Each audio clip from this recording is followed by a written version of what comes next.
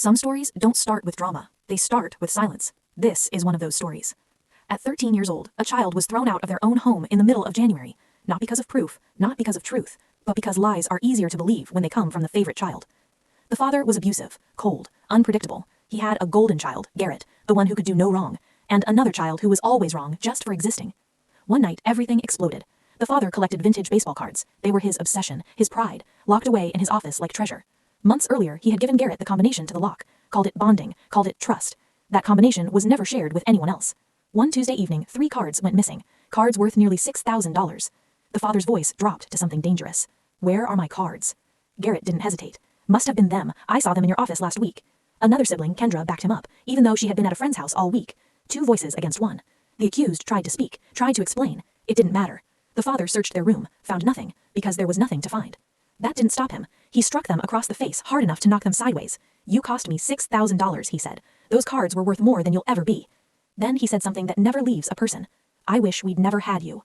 Something inside snapped. "Then you shouldn't have had me if you hate me this much." That was the wrong thing to say. The father's face turned red with rage. He grabbed them by the arm and dragged them to the front door. It was January, snow on the ground, temperatures in the 20s. They were wearing a t-shirt and shorts, no coat, no shoes. "You are not my child," he shouted. Then he shoved them outside and locked the door. They stood there, shaking, knocking, begging. Lights were on in nearby houses. Neighbors heard everything. No one opened a door. After 10 minutes, their fingers went numb. They walked half a mile to a gas station in wet socks on frozen pavement and called the only person who had ever shown them kindness, their grandfather. He arrived within 20 minutes, took one look and made a decision that changed everything. The grandfather called the father. "They're staying with me," he said. "If you come near them, I'll call the police and tell them everything, the hitting, the neglect, all of it." Then he filed for emergency custody. The mother signed the papers without a fight. For the next 13 years, that child rebuilt their life, worked 2 jobs through high school, graduated with honors, earned a full scholarship for engineering, finished college with 0 debt, landed a job paying $65,000. At 25, they bought a house, 3 bedrooms. The grandfather moved in with them. For the first time, life felt safe. Then, one evening, there was a knock at the door. It was the father, older, bitter, unapologetic. "I'm moving in," he said. "You have space, and I'm your father." The response almost came with laughter. "You're not stepping foot in this house." The father sneered. "Everything you have is because I raised you right. You owe me."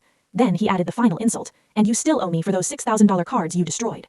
That was the moment everything became clear. Some people don't want forgiveness, they want ownership. And some parents don't want children, they want control. The door was closed, and this time, it stayed locked.